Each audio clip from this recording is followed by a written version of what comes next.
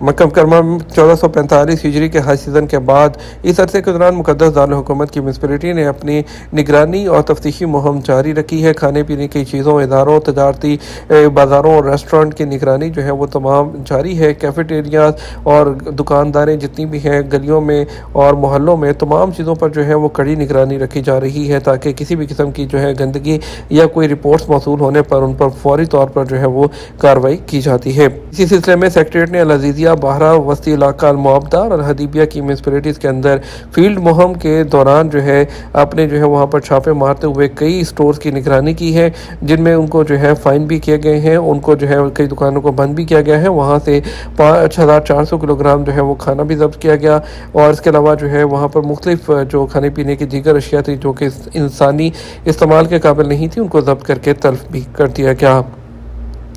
نجران میں سعودی اونٹ racing federation کے تحت 15 راؤنڈ کے مقابلے۔ نجران کے اونٹ ریس کورس میں سعودی کیمل ریسنگ فیڈریشن کے سیزن 2024 کے تحت ہونے والے مقابلوں کی دوسری مفارد ریس کا انعقاد ہوا۔ سعودی عرب کی سرکاری نیوز ایجنسی ایس پی کے مطابق اتوار کو ہونے والے مقابلوں میں اونٹ اور اونٹنیوں کی ریس کے الگ الگ راؤنڈ شامل تھے۔ اونٹ ریس کے لیے 15 راؤنڈ کے مقابلوں کے لیے 1.5 کلومیٹر کا جو ٹریک ہے وہ تیار کیا گیا، جس میں 641 اونٹوں نے حصہ لیا۔ ریس کی ابتدائی راؤنڈ میں حسین السالم کی ملکیت میں اونٹنی الحترا نے پہلی پوزیشن حاصل کی۔ دوسرے راؤنڈ میں حصہ لینے والے موفق نامی اونٹ نے پہلی پوزیشن حاصل کی۔ یہ دوڑ جیتنے والا اونٹ منی المنجم کی ملکیت تھا۔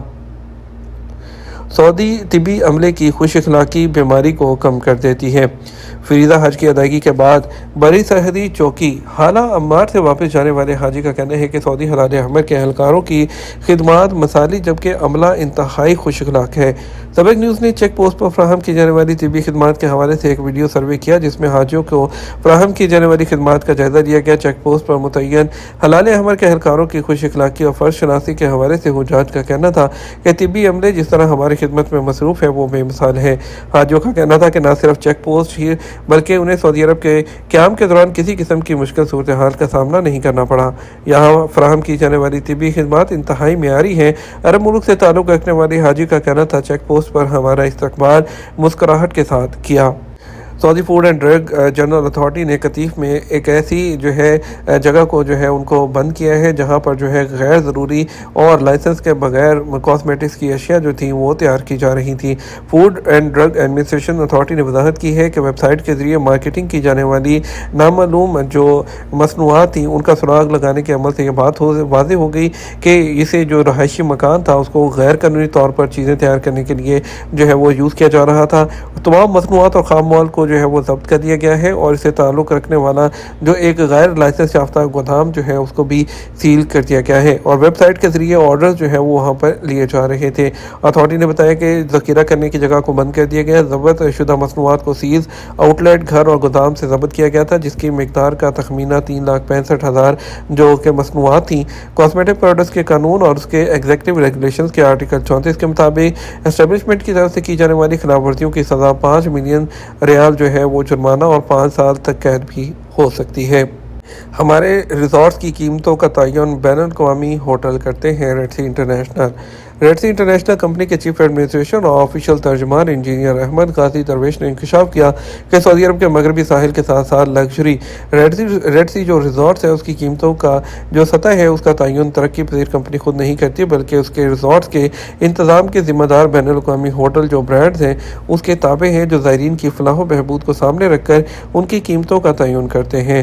انہوں نے العربیہ کے ساتھ ایک خصوصی انٹرویو میں کہا کہ ہم چاہتے ہیں کہ معاشرے کے تمام طبقات ہماری شاندار منزلوں سے لطف اندوز ہوں۔ بات کریں گے ہم سعودی عرب کے اندر جو ہے آج کے گولڈ ریٹ۔ سعودی گولڈ مارکیٹ میں منگل 25 جون کو کاروبار کے آغاز پر سونے کے ریٹ میں استحکام دیکھا گیا۔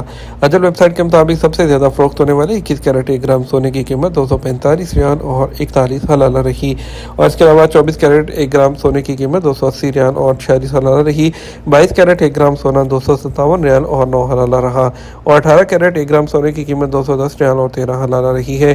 سعودی عرب میں 1 کلو گرام سونا 2,82,000 اور 55 حلالہ میں دستیاب رہا ہے۔ ریال ریٹ کی بات کر رہے ہیں پاکستان کے لیے فوری بینک 73 روپے 42 پیسے، ایس ٹی سی پہ 73 روپے 34 پیسے، تحویل راجی جو ہے وہ 73 روپے 36 پیسے، ویسٹرن یونین 73 روپے 70 پیسے، منی گرام 73 روپے 30 پیسے، ٹیلی منی 73 روپے 32 پیسے، انڈیا کے لیے فوری بینک 22 روپے 2 پیسے، ایس ٹی سی پہ 21 روپے 81 پیسے، تحویل راجی 21 روپے 78 پیسے، ویسٹرن یونین 21 روپے 90 پیسے، منی گرام 21 روپے 76 پیسے، انجاز بینک 21 روپے 82 پیسے دے رہا ہے۔ یہ تمہارا اب تک کا نیوز بلیٹن ہے۔ مزید اور اہم خبروں کے لیے ہمارا شام 6 بجے کا نیوز بلیٹن دیکھ سکتے ہیں۔ اس کے ساتھ ہم آپ سے اجازت چاہیں گے، ویڈیو کو لائک اور شیئر کیجیے گا۔ آپ کے قیمتی وقت کا شکریہ، اپنا خیال رکھیے گا۔ السلام علیکم۔